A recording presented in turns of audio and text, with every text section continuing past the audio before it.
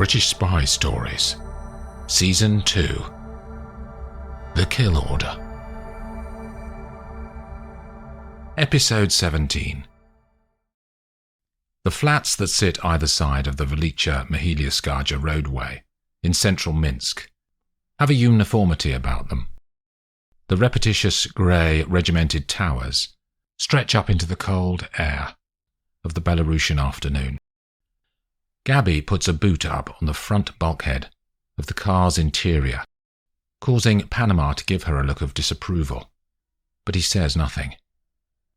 Hans and the two of them have been parked at the base of the apartment block for an hour, waiting for Irina Voroboyov to appear.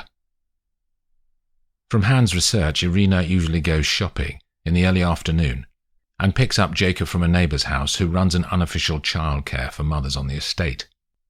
At a little after 2 o'clock, Irina appears at the entrance doors of the block of flats and starts her walk across the grassland to a row of shops about 10 minutes away. She wears a long, padded white coat with fake fur around the collar and snow boots. They have agreed that Panama will be the one to make first contact, and Gabby will be near in case anything goes off the rails. The two of them clamber out of Panama's old Mercedes and follow Irina after a minute. The woman is in no hurry, it seems. She stops at a couple of shops that sell children's clothes and takes her time looking at items for Jacob. In the second shop, Gabby indicates to Panama that now is the time, and he walks up the same aisle as Irina and pretends to look through the racks. After a minute, he turns to her. "You couldn't help me, could you?" he says in Belarusian. "My little boy is 4, and I want to get him a coat, but I'm not sure his size. Will these be big enough, do you think?" He points to the coats in front of him. Irina doesn't answer immediately and looks Panama up and down. She's a woman wary from her past experiences. Panama waits for her to complete whatever assessment her brain is making. Then she smiles. "How tall is he?" she says, which starts a 5-minute conversation between them, as Panama gains her confidence. She talks about her own boy being a similar age, and he talks about the difficulty of bringing up children as a single dad. Irina mentions the childcare that she uses, and they continue their conversation for several minutes after that. Panama says he's going for a coffee, and would she care to join him? Which she does. They walk to a cafe 2 doors down and sit at a table for 4. Irina says that she has only 10 minutes as she needs to collect her son. "Can I ask you something?" he says as the time for her to leave gets nearer. She looks up from taking a sip of coffee. "I wanted to talk to you about Florin Barbu."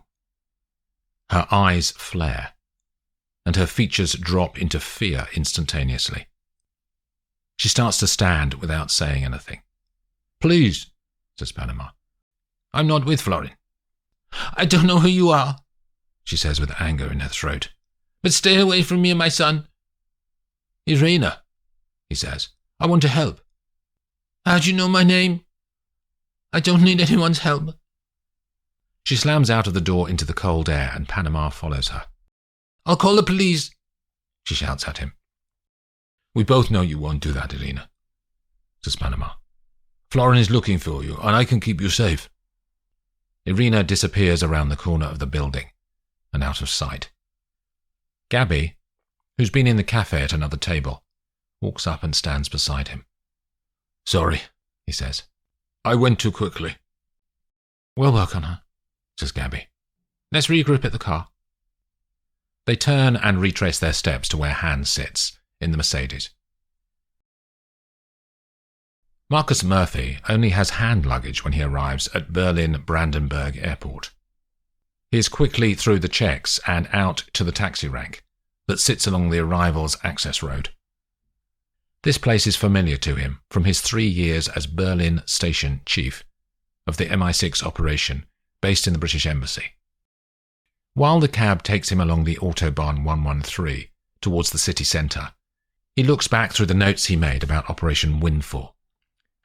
In his gut, he knows that this op has the potential to hit 2 birds with 1 stone.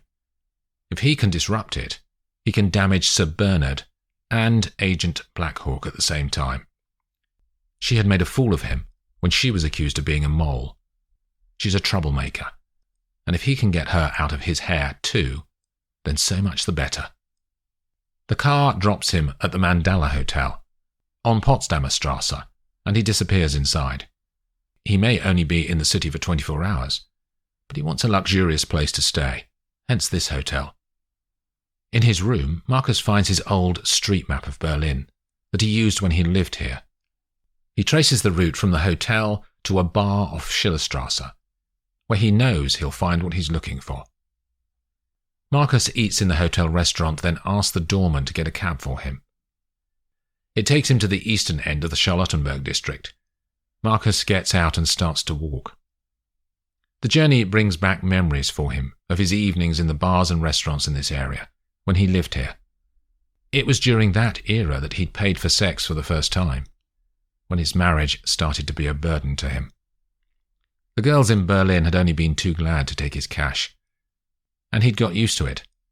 It became part of his routine and made his marriage bearable. He doesn't blame Emily. He was the one who lost interest initially. Now she has embraced their newfound infidelity and doesn't try to hide it from him. He turns the corner and sees a neon sign above a dingy doorway. He drops down the steep stairs to a bar and takes a table in the corner, the only table left free in the place. He orders whiskey and pulls out a copy of Der Tagesspiegel from his coat pocket. Over the next hour, he monitors the group that he has come to see. 4 people sitting on a table near where the stairs drop down from the street. He checks his phone for images of Teresa Baku and Oana Popper. Then he looks back at the group. It's definitely them. His objective now is to pick his timing to start a conversation. After another span of time, Teresa gets up to order drinks at the bar. Marcus walks over and stands next to her. "Can I buy you a drink?" he says in German. Teresa turns to him. "Shoot your shot, Granddad. Why don't you?" "I'd like to talk," he says. "I'm not on the game," she says, putting her hand briefly on his. "I'm not looking for that. I want to talk about your business bringing goods in from Belarus." Teresa looks at him and flicks her eyes over his clothing and hair. "You've got the wrong girl." "I don't think so, Teresa," he says. 5 minutes. That's all I want." The barman drops 4 beers on the bar in front of her, and she gives him cash, but doesn't wait for the change. She picks up the bottles and looks at Marcus. "I'm in the corner," he says, nodding his head towards his table. Teresa retains her gaze on him, then walks back to her table, and Marcus resumes his seat and picks up his newspaper. 10 minutes later, one of the men from Teresa's table walks over and tells him to follow.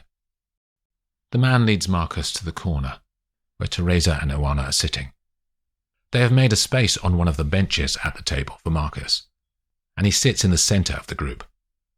"Who are you?" says Teresa. "A friend." The group all smirk in disbelief. "All right, friend," she says. "What do you want?" "You're working with a woman called Sabrina Miller."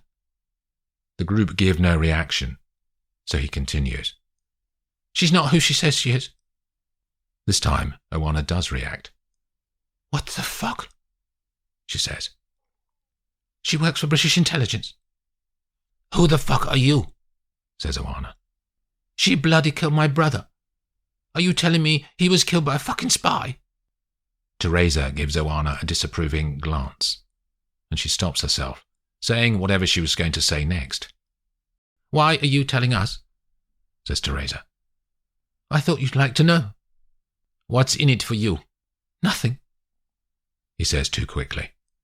"No one does something for nothing," says Oana. "We want to see you succeed in your business." "We?" says Teresa. "Who?" "I'm not at liberty to say." "Rez, if Sabrina is a fucking spy, we need to finish her," says Oana. "She knows everything about us." "I know." Teresa is a masterclass of calm. She looks at Marcus. "You got any proof?" Murphy delves into his pocket and pulls out a photocopy of Laravel's MI6 ID. He places it on the table between them all. Teresa picks it up and looks at every detail, then hands it to one of the men. "Do you know where she lives?" says Teresa. "Yes," he says. He pulls out a pen from his inside pocket, tears a corner from his newspaper, and writes down an address, then hands it to Teresa. "You work for Babu?" she says. "No." "A freelancer?" "You could say that." He stands up, and no one stops him. "Nice doing business," he says to the group, then walks up the stairs to the street. Riverside looks in the mirror. The bathroom is small, but it's the only room he could find at short notice in Innsbruck, as skiing parties have taken most of the available beds. His brain automatically clicks through all of the times he has worked with or met Catherine. He had fancied her a few years ago, but it wasn't mutual. She has always been excellent at her job, but now he knows something has changed her. The old couple in Italy were not a threat, but she'd killed them for no reason. He doesn't think she can be actively deployed onto jobs until Psych Branch have at least interviewed her. He knows it's not his call, but something needs to be done. He gets dinner in the dining room on the ground floor, then walks out of the hotel and pulls out his mobile to make an encrypted call. His finger hovers over the contacts list, then he navigates to Marcus Murphy's details. Riverside stops again. Should he really be reporting Catherine? He likes her, but that can't stop him raising his concerns. He's doing it for everybody, and she'll be better off once it's all sorted. He presses the dial button, and the line rings in his ear. Murphy sounds flustered at the other end of the line. Riverside can hear a woman talking in the background, and guesses Marcus must be at home with his wife. Riverside starts to relate his observations about Agent Coniston, about how she seems to be taking matters into her own hands, and about how she appears to have killed civilians while in Italy for no reason.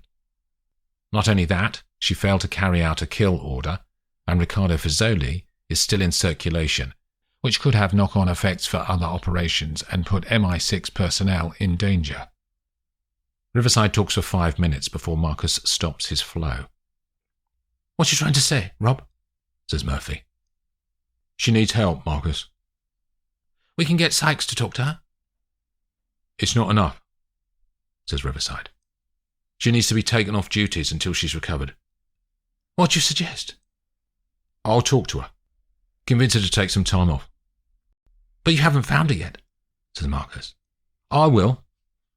"When you find her, call me before you talk to her," says Marcus. Then the line goes dead. In his Berlin hotel room, Marcus pays cash to the girl, and she leaves him alone. But his mind is buzzing with a new question. How can he use a sniper who's gone off the rails to reinforce his case that Sir Bernard is losing control of MI6? This could be a great opportunity. Marcus goes to his laptop and switches it on, then logs into Oberon. He goes to the screen Create a New Job and starts a new kill order that he allocates to Catherine. He considers for a moment, then in the box labelled Target, he types Teresa Bacu. He hits the final Enter command, and, given his level of authority, that makes the kill order live on the MI6 system.